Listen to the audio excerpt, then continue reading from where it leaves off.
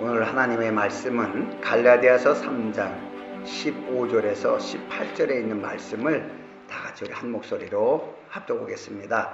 형제들아, 사람의 예대로 말하느니 사람의 언약이라도 정한 후에 아무나 패하거나 더하거나 하지 못하느니라. 이 약속들은 아브라함과 그 자손들에게 말씀하신 것인데 여럿을 가리켜 그 자손들이라 하지 아니하시고 오직 하나를 가리켜 내 자손이라 하셨으니 곧 그리스도시라. 내가 이것을 말하노라. 하나님이 미리 정하신 언약을 430년 후에 생긴 율법이 없이 하지 못하여 그 약속을 헛되게 하지 못하리라. 만일 그 유업이 율법에서 난 것이라면 약속에서 난 것이 아니니라. 그러나 하나님이 약속으로 말미암아 아브라함에게 은혜로 주신 것이라. 아멘. 언약에 대한 관계를 쭉 오늘 말씀하시는 거예요. 어제까지 우리가 새 언약에 대해서 계속 이제 들었습니다. 그 과연 얼마나 어떤 관계가 되느냐, 이런 것을 보면서 우리는 뭔가 내가 충만해지고 뭔가 내가 해야만이 언약 가운데 있는 것처럼, 새 언약의 안에 행할 수 있는 것처럼 이렇게 착각을 합니다. 그러나 성경은 그 언약을 말씀하신 그 말씀 곧 하나님이 하셨고 그 하나님이 하신 언약을 하나님이 하신다는 얘기예요. 그러니까 사람끼리 맺어진 언약이라도 패하거나 더하지 못한다는데, 하나님께서 아브라함이라는 것, 하나님이 사람과의 맺어진 언약이라는 것이에요.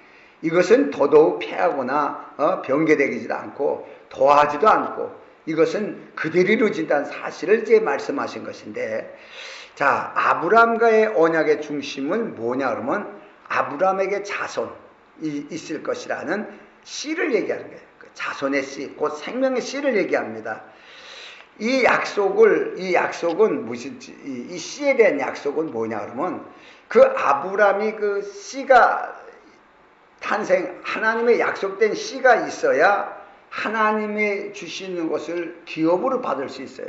하나님이 주시는 것을 상속받을 수 있는 것을 말하는 겁니다. 그러니까 아브라함에게 하나님의 약속된 씨로서의, 물론 그리스도를 얘기하지만 그리스도가 옆에 연결되지 않고서는 누구든지 하나님의 것을 유업으로 받을 수 있는 조건이 형성이 안 되는 거예요.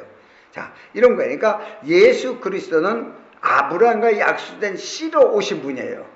생명의 씨로 이 땅에 오셨는데, 왜 생명의 씨로 오셨냐라면은 그분이 하나님의 모든 것을 상속받을 씨란 얘기예요. 아브라함의 모든 것을 상속받은 이삭이지만은 사실은 하나님의 것을, 모든 것을 받는 것에 대한 그림자예요. 그럼 하나님에 대한 모든 것을 받는 것이 아니라 아브라함과 그 자손들에게 말씀하신 것인데, 이 약속은 아브라함만이 관계되는 것이 아니고 아브라함에 있는 자손, 그럼 아브라함에 있는 자손이 누구예요? 믿음으로 말미암은 자손인데, 무슨 믿음이에요? 예수를 믿는 모든 자에게 약속하신 것이라, 이런 뜻입니다. 그러니까 그 약속이 뭐예요? 하나님의 것을 상속받게 하시겠다는 거예요. 하나님의 것을. 그러니까 예수님이 하나님의 모든 것을 다 받으셔서 하나님 우편에 계신다, 이렇게 성경은 기록해 있지만은 그것으로 끝난 것이 아니라 믿음으로 말미암아 우리도 동일하게 하늘에 있는 것을, 땅에 있는 것을 상속받을 수 있는 것을 마련하신 분이 예수님이세요. 이걸 지금 성경은 말하는 것인데, 이 말씀이 모세의 율법에서 온 것이 아니고 모세의 율법이 있기 전 아브라함과의 언약관계에서 이루어진 것이다 라는 것을 말씀하셨습니다. 다시 말해서 언약에는 이제 두 가지가 있는데, 아브라함과의 맺어진 언약이 오늘 이 본문의 18절에도 말씀하신 것을 보면은, 자, 여기에 보면은 아브라함에게 은혜로 주신 것이라, 하나님의 약속을 은혜로 주신 것이라래. 그럼 아브라함과 맺어진 약속은 은혜의 약속. 그런 이 약속이 은혜의 약속이에요. 그러나 모세와 맺은 언약은 아브라함과 맺어진 언약 이후에 430년이 흘러난 다음에 430년 흘린 다음에 우리가 알다시피 출애굽을 해서 시내산에까지 가가지고서 거기서 십계명을 통하여 언약을 맺게 됩니다. 이것이 모세와의 언약이요 율법의 언약이라 이렇게 말을 하게 됩니다. 그러니까 아브람과의 관계 언약은 은혜의 언약, 모세와의 관계 언약은 율법의 언약, 두 가지 언약이 있는데 오늘 본문의 말씀은 이 두 언약 가운데 많은 사람들이 모세의 율법을 굉장히 크게 생각하는 거예요. 이스라엘 사람들이나 누구나 다. 그러나 하나님은 그 모세의 율법이 있기 전 아브람과의 은혜의 계약을 더 크게 생각하고 모세의 율법이 그 아브람과의 맺어진 계약을 없애버리지 못한다는 얘기예요. 왜냐하면 그 모세의 율법보다 더 뛰어난 언약이 은혜의 언약이다. 이걸 지금 주장하고 있는 것입니다. 할렐루야. 여러분이 이걸 알아야 자유예요. 자, 그렇다면은, 자, 여기에서 우리가 볼 적에, 그러니까 어떤 관계 속에서도 이 아브라함의 관계에 대한 은혜의 계약이 뭘로 말미암아 존재하고 있냐 그러면 믿음으로 존재하게 돼. 믿음으로. 그럼 모세의 율법의 계약에 대한 존재는 뭘로 존재하냐면 우리가 그 율법대로 행해야 돼요. 행하다가 하나만 어기면은 온 율법을 이긴 거기 때문에 율법을 지키시는 사람은 하나도 없다는 것이에요. 그러나 믿음의 법은 우리 마음에 놓은 법이기 때문에 누구나 할 수 있는 법으로 만들어놨어요. 누구나 할 수 있게. 뭘 믿어요? 그리스도를. 아브라함과의 약속된 자손의 씨앗인 그리스도를 믿는 자에게는 아브라함과의 같은 은혜의 계약이 저절로 체결되는 거예요. 이걸 은혜의 계약이라 해요. 이거를. 자, 그래서 문제는 뭐냐 그러면은 중요한 것이 이 약속을 해요. 언약입니다. 약속은 언약인데 이 언약을 하게 될 때 누가 누구에게 언약을 해요? 내가 누구에게 언약을 한다 그러면 내가 이렇게 할게 라고 말을 한다면은 내가 한 사람이 굉장히 부담스러워요. 왜? 그것을 이루어야 되니까. 내가 어떤 사람한테 내가 나중에 뭐 해줄게 약속을 합니다. 그러면 그것을 이루기 위해서 나한테는 굉장한 부담이 와요.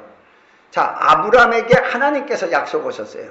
하나님께서 너를 복되게 하고 복되게 할 것이라 약속하셨습니다. 너를 복의 근원이 되게 할 것이라 약속하셨어요. 이 약속은 하나님이 그냥 약속하시니까 우리는 복받는다라고 얘기하지만 성경을 자세하게 보면은 아브라함이라는 사람을 복되게 하기 위해서 하나님은 엄청난 부담을 가지신 거예요. 그 일을 이루기 위해서는 엄청난 부담이 그분한테 있는 거예요. 여러분 이걸 알아야 돼요. 언약이라 해서 그냥 쉽게 앉아서 하나님이 하시고 뭐를 이렇게 하지 말고 중요한 것이 그런 관계가 있는 것이에요. 그러니까 언약이라는 상호 간의 계약이 아니라 이 언약을 맺은 사람이 절대적인 관계에서 계약을 맺는 게 바로 하나님과 우리 관계예요. 하나님과 우리 관계. 자, 따라서 언약은 세운 사람에게 반드시 이루어야 될 부담이 있는 것이에요. 언약을 맺지 않으면 하나님이 아브라함과의 언약을 맺지 않으면 전혀 부담이 없어요. 아브라함이 죄를 짓든지 말든지 전혀 부담이 없습니다. 그런데 언약을 맺고 나서 아브라함이 범죄를 하게 됩니다. 이 범죄를 책임을 져야 됩니다. 언약을 맺은 사람이 그 죄까지 책임을 져야 됩니다. 여러분 이게 언약을 맺은 사람의 부담이에요. 그냥 뭐 하나님이시니까 이렇게 보지 말라니까. 최소한의 나에게 복을 주게 하여 언약을 하나님이 맺으셨다면은 이 언약을 상속해서 그분은 엄청난 부담을 감수하면서 그것을 이루셨다는 걸 우리는 성경을 통해서 봐야 됩니다. 이걸 알아야 은혜가 되는 거지. 이걸 모르면 무조건 공짜죠. 무조건 공짜. 예를 들어서 어떤 사람이 어떤 물건 하나 만들어서 공짜로 줬을 때 아우 이거 하나 만들려고 그러면 나 이거 비슷한 거 만들려다 고생 되게 했어요. 그러다 못 만들었어. 너무 감사해. 그거 만들기 위해서 얼마나 수고가 들어가고 했다는 과정을 알면은 너무 감사한 거예요. 그러나 단순히 공짜인데 뭐 이렇게 본다면은 은혜가 은혜될 수가 없는 것이에요. 은혜라는 것은 반드시 상대의 수고를 깨닫는 것이 은혜입니다. 나는 전혀 수고하지 않았는데 상대가 나를 위해서 이렇게 많은 수고를 해서 하고서 나에게 거저 주는구나. 이래서 은혜라고 하는 것이에요. 자, 이런 관계에서 만일 예수님께서 아브라함과의 관계를 언약을 맺지 않았다면, 물론 예수님과 맺은 거죠. 성경을 정확하게 보면 그 아브라함과의 관계의 언약을 맺지 않았다면 예수님께서는 어떻게 하셨어요? 자유롭죠. 인간이 죄를 졌어도 자유롭죠. 뭐 그건 네가 네 죄대로 네가 해야지. 그건 나하고 상관없는 얘기야. 자유롭죠. 그러나 그 언약 때문에 예수님은 자유롭지가 않았습니다. 인간이 죄를 질 적마다 굉장한 부담을 느끼죠. 자, 여러분이 여기에 대해서 처음 듣는 말일 거예요. 예수님이 부담 느끼고 하나님이 언약 때문에 부담 느끼셨다는 게 성경에 그대로 나와 있어요. 얼마나 큰 부담이었냐. 얼마나 큰 부담이었냐. 아브라함과의 언약을 맺고 아브라함이 죄를 졌을 때 그 죄 때문에 언약을 깰 수가 없어요. 어떻게 방금 내가 너를 복에 근원되게 하겠다고 너 그렇게 얘기했는데 금방 가가지고서 애굽에 가가지고서 이렇게 거짓말하고 그러고 사람이 어떻게 그렇게 하냐. 이랬다고 해서 언약을 파기할 수가 없는 거예요. 왜? 언약은 맺은 사람이 이루어야 될 언약이기 때문에. 이렇게 중요한 것이 언약이, 여러분이 이 언약을 모르면 자유가 없어요. 무슨 성령 충만해야 언약이 되는 게 아니에요. 언약은 하나님이 이루신 걸 우리가 믿으란 얘기지. 하나님이 이루어놓은 걸 믿으란 얘기예요. 믿으란 얘기. 그러니까 얼마나 그 큰 부담이었으면 예수님이 스스로의 자기의 모든 자유를 다 포기합니다. 예수님이.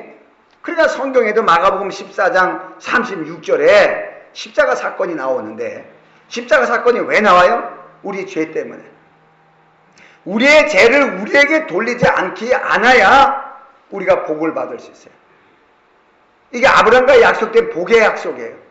우리의 죄를, 우리의 죄값을 우리에게 돌리지 않아야 우리가 아브라함과 약속된 그 예수를 믿음으로 말미암아 우리가 복을 받을 수 있어요. 그래서 여기에도 이때 겟세마네에서 기도할 때 뭐라 그래요? 가라사대 아버지여, 아버지께서는 모든 것이 가능하오니 이 잔을 내게서 옮기시옵소서. 사실은 이 잔에 옮겨지길 원한다는 거예요. 고통받고 뭐라는 것이 얼마나 부담스럽냐 이게. 그러나 부담스럽지만은 나의 원대로 마옵시고 아버지의 원대로 하옵소서, 이렇게 기도하셨어요. 자, 굉장한 부담이죠. 부담이 엄청났지만은 하나님은 이 부담을 감수하고 십자가를 오르겠다는 거예요.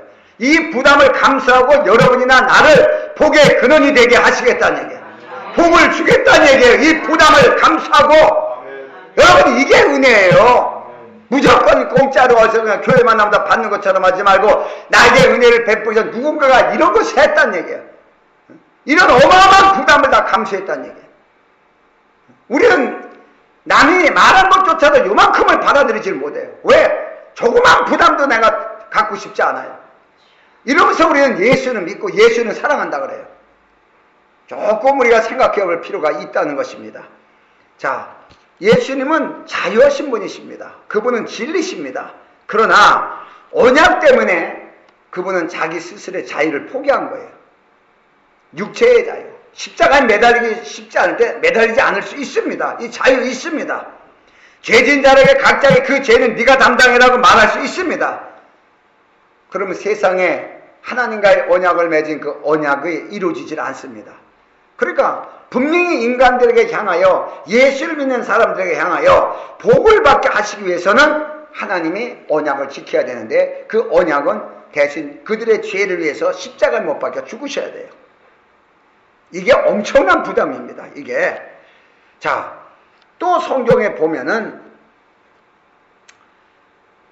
빌립보서 2장 6절 이하의 말씀을 보면은 그는 근본 하나님의 본체시나 하나님이십니다. 그런데 하나님과 동등됨으로 취하셔서 여기지 아니하시고, 왜 여기지 아니하셨을까요?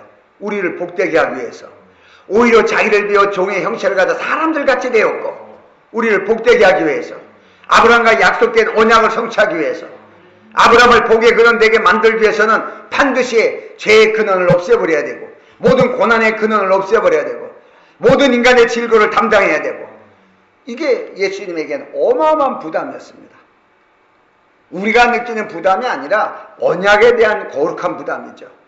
목사라는 사람이 설교하기가 싫어지는 게 아니라 설교하기가 제일 좋아합니다. 좋아하는데 이 설교에는 반드시 하나님 말씀을 바로 전해야 될 거룩한 부담이 있습니다. 이와 똑같은 겁니다. 이것이.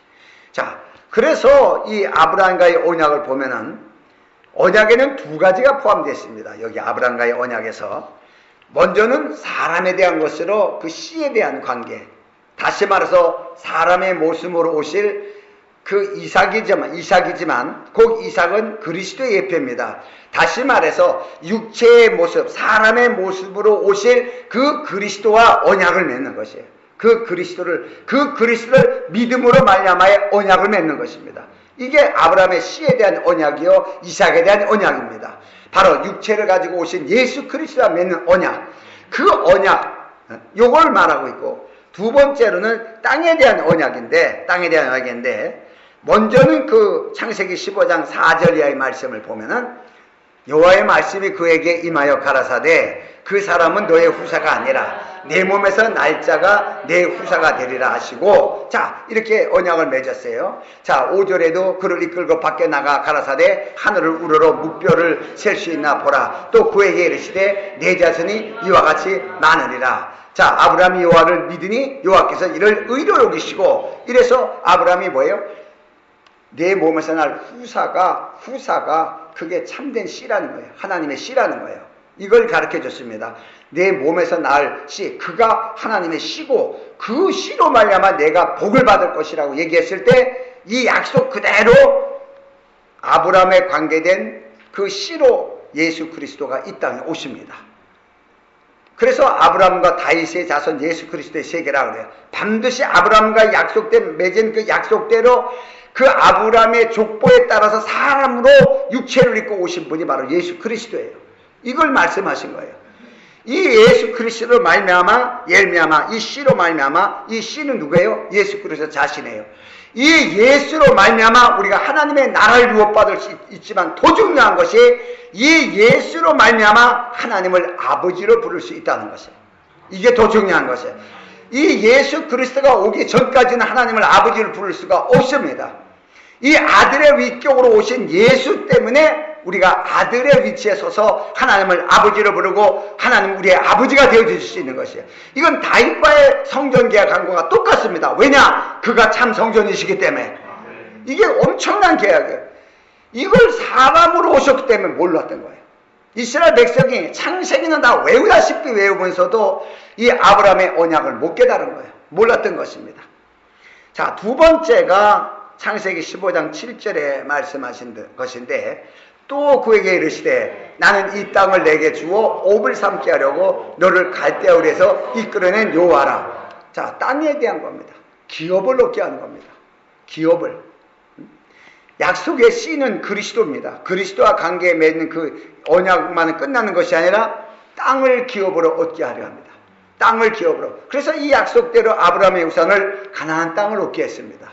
자, 그렇다면 이 땅에서 그 예수 그리스도로 말미암아 우리가 의에 이르고, 예수 그리스도를 믿음으로 말미암아 의에 이르고, 예수 그리스도 때문에 하나님을 아버지라 부르고, 예수 그리스도 때문에 우리가 아들 된 우리에게 이거로 끝나는 것이 아니라 기업 물을 자, 기업 받을 자로의 조건을 완전히 확보했는데 바로 땅을 기업으로 우리가 얻어야 된다는 것이에요. 이것은 위로는 하늘의 땅이요, 하늘의 기업의 땅이요, 밑으로는 땅, 이 세상의 땅입니다. 이것이 하나님에게 약속된 것이에요. 엄청난 겁니다. 이 두 가지가 이루어지는 것이 가장 큰 인간에 향하여 하나님이 주신 축복인 걸 믿으시기 바랍니다. 이 원리를 모르고서 우리는 자꾸 다른 것을 복이라고 보는 것이에요. 그러니까 이 약속을 그대로 하나님이 입으로만 끝난 것이 아니고 이 약속을 이루기 위해서 믿음의 증거를 갖습니다. 이 약속을 이루기 위해서 언약의 증거를 취하게 만들죠. 자, 창세기 15장 9절에서 11절에 기록된 말씀을 보면 여호와께서 그에게 이르시되, 자, 아브라함이 요 전에 뭐냐 그러면 그 표시로, 언약의 표시로 말로만 하지 말고 그러면 그 표시를 어떻게 해야 되겠냐, 증거를 보여달라, 이렇게 얘기를 합니다. 그러니까 여호와께서 그에게 이르시되 나를 위하여, 너를 위하여가 아닙니다. 여러분 이걸 알아야 돼요. 나를 위하여 3년 된 암소와 3년 된 암염소와 3년 된 수양과 산비둘기와 집비둘기 새끼를 취할지니라. 아브라함이 그 모든 것을 취하여 그 중간을 쪼개고 그 쪼갠 것을 마주대하여 놓고 그 새는 쪼개지 아니하시며, 설계가 그 사처에 내릴 때 아브라함이 쫓았더라. 자, 이렇게 기록되어 있습니다. 아주 중요한 사실이 여기 나와 있습니다. 물론 이것만 가지고 새 언약에 대해서, 피의 언약에 대해서 옛날에 여러분한테 설교한 적이 있습니다. 왜 쪼개놔야 되는가? 왜 쪼개는 사이로 하나님의 햇불이 지나가야 되는가? 자, 이런 것에 대해서 쭉 설교했지만 오늘은 그거 설교가 아니고 언약 관계를 다시 한번 확인하기 위해서 했습니다. 자, 이 언약이 무슨 언약이에요? 피의 언약입니다. 이 언약이, 그러니까 하나님께서 동물의 피를 통하여 언약을 맺으셨는데, 구약의 말씀 그대로 증거하자면 모든 피에는 생명이 있다 그랬어요. 하나님이 원하시고자 하는 그 생명의 피를 통하여 나를 위하여 삼는데 암염소와 또 암소와 아래, 하나님이 원하시는 짐승입니다. 하나님이 원하시는 피입니다. 아무 피가 되는 것이 아니라 하나님이 원하고자 하는 피를 흘려서 맹세를 하는 것이에요. 이 피에는 생명이 있다 그래서 어떤 맹세예요? 아브라함과 맹세가 생명에 대한 맹세입니다. 하나님의 생명을 걸고 맹세하는 것입니다. 엄청난 거죠. 하나님이 인간 피조물에게 뭐 복 주겠다 이러면 다 끝나는 건데 여기에 대한 증거를 요구하는데 그 증거를 보여줍니다. 자, 이 관계 속에서 우리가 다시 한번 보면서 무슨 뜻이냐면, 이 언약이, 하나님께서 맺으신 언약은 영원히 변치 않고 변하지 않고 또 헛되지 않으며 또 어떤 관계 속에서도 이 언약은 변하지 않는다, 이 뜻입니다. 왜? 생명은 영원히 안 변하기 때문에 하나님의 언약은 안 변한다는 뜻이에요. 자, 여기에서 이제 중요한 것이 이제 솔개가, 근데 솔개가 이렇게 하나님과 언약 맺는데 갑자기 솔개가 나타나서 그 사체에 내릴 때에 아브라함이 쫓았더라. 참, 이렇게 기록이 됐습니다. 자, 이걸 글자 그대로 볼 적에 이 솔개라는 것은 레위기 11장 13절의 말씀을 보면은 무슨 존재냐면, 새 중에 너희가 가증히 여길 것은 이것이라. 이것들이 가증하자 먹지 말지라. 곧 독수리와 솔개와 어음과 이렇게 기록되어 있습니다. 솔개는 어디에 속해요? 가증한 동물. 가증한 동물이라는 뜻이 뭐냐 그러면 부정하고 혐오스럽고 더러운 것이다, 이런 뜻입니다. 여기에 속한 것이 솔개예요. 그러니까 하나님의 거룩한 제단에, 하나님의 거룩한 제물 위에 이 솔개가 내리는 거예요. 솔개가 내리는 것을 아브라함이 쫓았더라, 이렇게 기록되어 있습니다. 자, 여기에서 옛날에 나를 가르치는 목사님 중에 한 분도 이런 설교를 한 것이, 이 설교를, 물론 이 솔개는 더러운 귀신들과 마귀의 역사다, 이렇게 볼 수가 있습니다.